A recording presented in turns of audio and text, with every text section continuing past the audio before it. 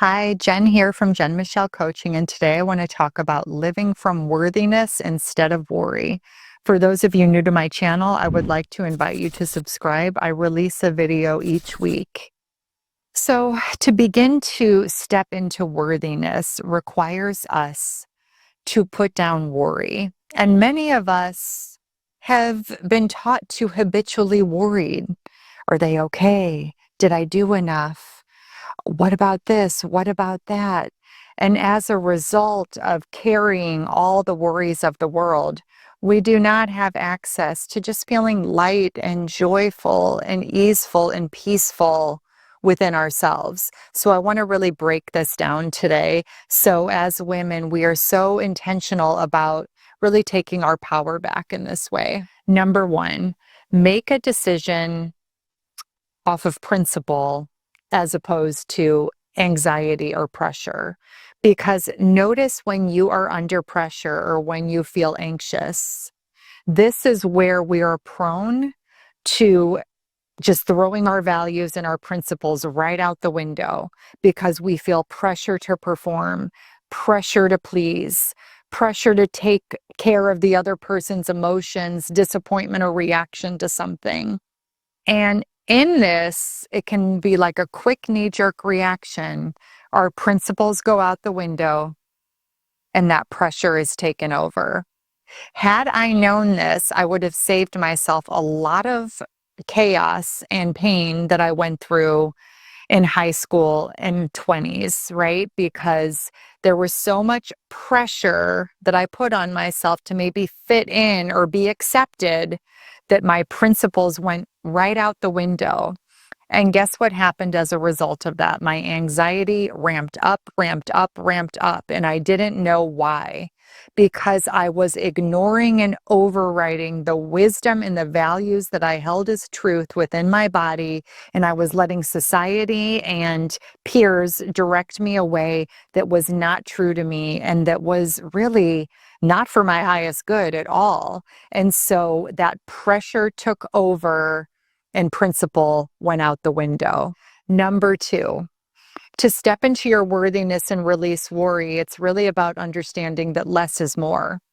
This means like you don't need to over explain. So let's say you want to say no to something and this is new for you, right?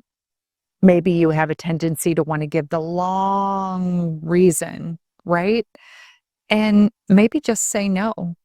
Like, I can't. It can be that simple. I can't. This is showing up from worthiness versus worry. The worry response is, I can't, but there's this and maybe this and da da da da da.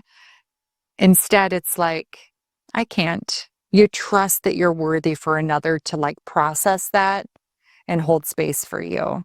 And if they can't, what's that revealing about maybe the ways in which they're meant to be in your life?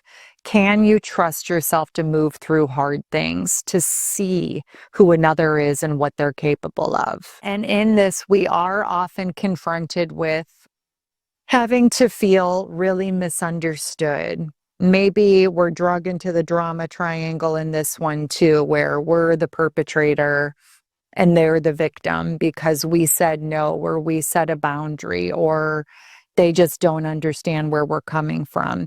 Can we as women actually sit with that? Doesn't mean that you're purposely trying to hurt people or disappoint them, but that you're learning that it's not selfish to honor what you need. Like in a very deep embodied way, you're learning that it's not selfish to honor what you need. And it's actually what's for the highest good for both of you. Because to deny what's for the highest good for you would be denying them whatever they're avoiding or not willing to feel within them as a result of this self-honoring. And so it's time to really recognize where we've made ourselves selfish, where we have been fawning and we have been people-pleasing, all of those behaviors, and begin to step into the willingness and the possibility of another just terribly misunderstanding us and be able to hold space for that. And this brings me to my third point, which is tune in and don't seek external validation. How often do you tune in a given day? Most people do not until they collapse into bed from exhaustion, right? They maybe feel like a headless chicken throughout the day. All of the demands, all the expectations. Oh my gosh, what about this? Do they need that? What's my boss going to think? What's my husband going to think? Oh my gosh, all these things, right? How often do you tune in and allow the internal to direct the external versus the external to direct the internal? This is very powerful and necessary for our well-being. So when you tune in and you slow yourself down, what do I need here? From a place of worthiness, what choice would I make if I didn't have all these worries and all these sort of like drums of concern or of negative possibilities sort of chirping at me? What decision would I make from wholeness? And, I tell my boys this all the time who are growing up and they're starting to like music that is like really negative and encouraging people to be unhappy, that like that's cool, right? Or to be ruminating and disembodied and scared all the time and hateful or angry all the time, like that's cool, right?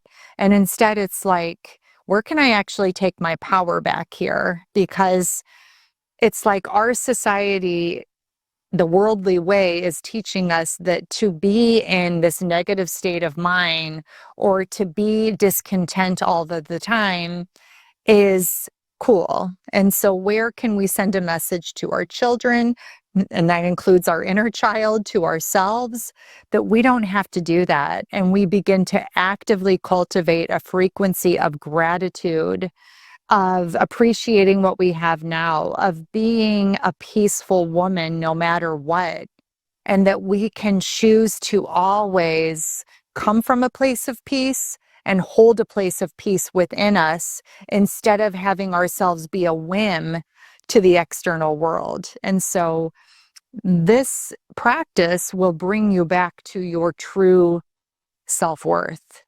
And worry will be the lie that you begin to recognize and you cut off and stop in its tracks more and more and more. I would love to hear how these 3 tips support you in your life.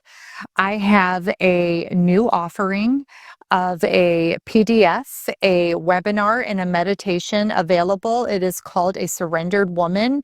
This will be available complimentary for a limited period of time. I would love to invite you to download this special offering and receive my gift in this just teaching, as well as some ways to continue to grow and be supported through my work. Sending you all so much love, and I'll see you next week.